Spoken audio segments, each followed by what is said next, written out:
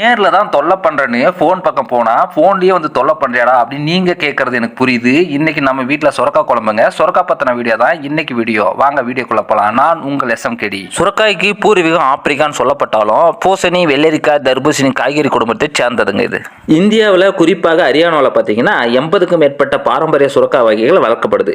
அவை தனித்துவமான சுவைகள் கொண்டதாக உள்ளதுங்க. இருக்கிறதுலே கம்மியான ரேட்டுனா சுரக்காய் தான். அதுல என்னடா நன்மை இருக்குன்னு கேட்கறவங்களுக்கு கண்டிப்பா சொல்றேன், கேளுங்க. வயிற்று எரிச்சல், அஜீரண கோளாறு உள்ளவர்கள் ஒரு சிறந்த உணவா இருக்கும். சிறுநீர் நன்றாக வெளியேற்ற உதவுதுங்க. உணவில் அடிக்கடி எடுத்துக்கொண்டால் மன அழுத்தம் குறையும், உடல் பருமன் குறையவும் ஒரு துணை உணவா இருக்கும். கண் எரிச்சல், கண்வலி போன்ற பிரச்சனைக்கு சிறந்த மருந்தா இருக்கும்.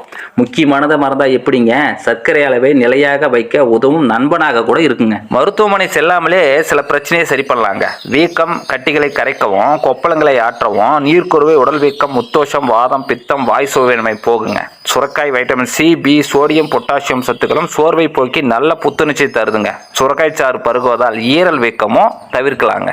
வீடியோ பண்ணிட்டு இருக்கும் போதே வஜ்ரம் ஃபோன் பண்ணா, ஆனா கிரானைட் வருதுன்னா இறக்கணும் அப்படின்னு சொல்லிட்டு, சரி அதுக்குள்ள நாம சுரக்காயினுடைய வகைகள் அதனுடைய பெயரை பத்தி சொல்லிட்டு போயிடுறேன், கேளுங்க. குருவை, சீமை, சிட்டு, செம்பு, அல்லி, குடிலை, பரங்கிச்சுவை, நீச்சல், வாத்து, கதா, அகத்தியர், கமண்டலம் சுரக்காய், நாமக்கல் கரும்புச்சி சுரக்காய், ஆட்டுக்கல், அரைக்கல், தோண்டி சுரக்காய். நெக்ஸ்ட் வீடியோல சந்திக்கிறேன்.